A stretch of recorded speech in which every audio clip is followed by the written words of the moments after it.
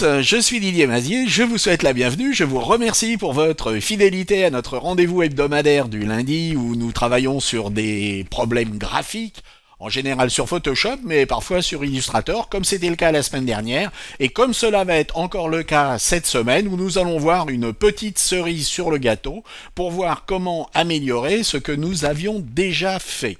Alors il s'agit de notre dernier rendez-vous avant les vacances d'été 2024, nous nous retrouverons après le 15 août pour de nouvelles vidéos, et qui je l'espère vous intéresseront. Alors si elles vous intéressent, vous mettez un petit pouce en l'air, vous vous abonnez, vous activez les notifications, et surtout vous partagez ces vidéos sur tous les réseaux sociaux où vous êtes présents. Vous partagez sur LinkedIn, sur Facebook, sur Insta, sur X, sur TikTok, Snapchat, Twitch, les books Telegram, etc., etc. Et vous allez voir qu'avec ce que nous allons mettre en place, nous allons encore mieux exploiter le panneau aspect d'Illustrator. Alors on n'a pas énormément de travail à faire, ça va être assez rapide, mais comme je suis pressé de partir en vacances, mettons-nous au travail que je puisse faire mes valises. Supposons que, à la place de l'ombre portée, vous vouliez un effet de relief. Nous allons tout simplement supprimer l'ombre portée. Donc nous allons cliquer sur celle-ci, l'activer, et puis ensuite cliquer sur cette petite poubelle pour la supprimer. Nous pourrions déplacer cet effet directement sur la poubelle, le résultat serait le même.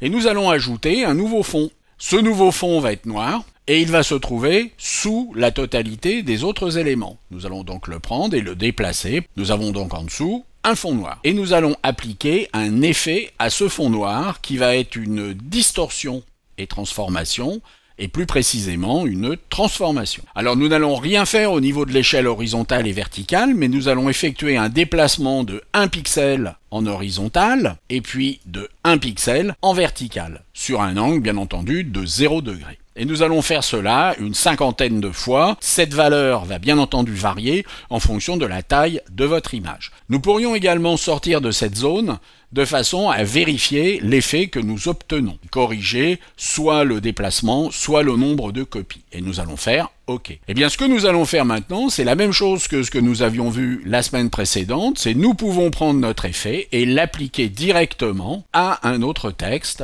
Et vous voyez que nous avons récupéré non seulement les effets de trame, mais également l'ombre portée. Avec cette petite manipulation, vous voyez que nous avons encore mieux exploité le panneau aspect qui n'a pas fini de révéler tous ses avantages en ce qui concerne la créativité que nous pouvons avoir sur des éléments graphiques. Alors je vous souhaite à tous de bonnes vacances, amusez-vous bien, oubliez les ordinateurs et puis on se retrouve à la mi-août.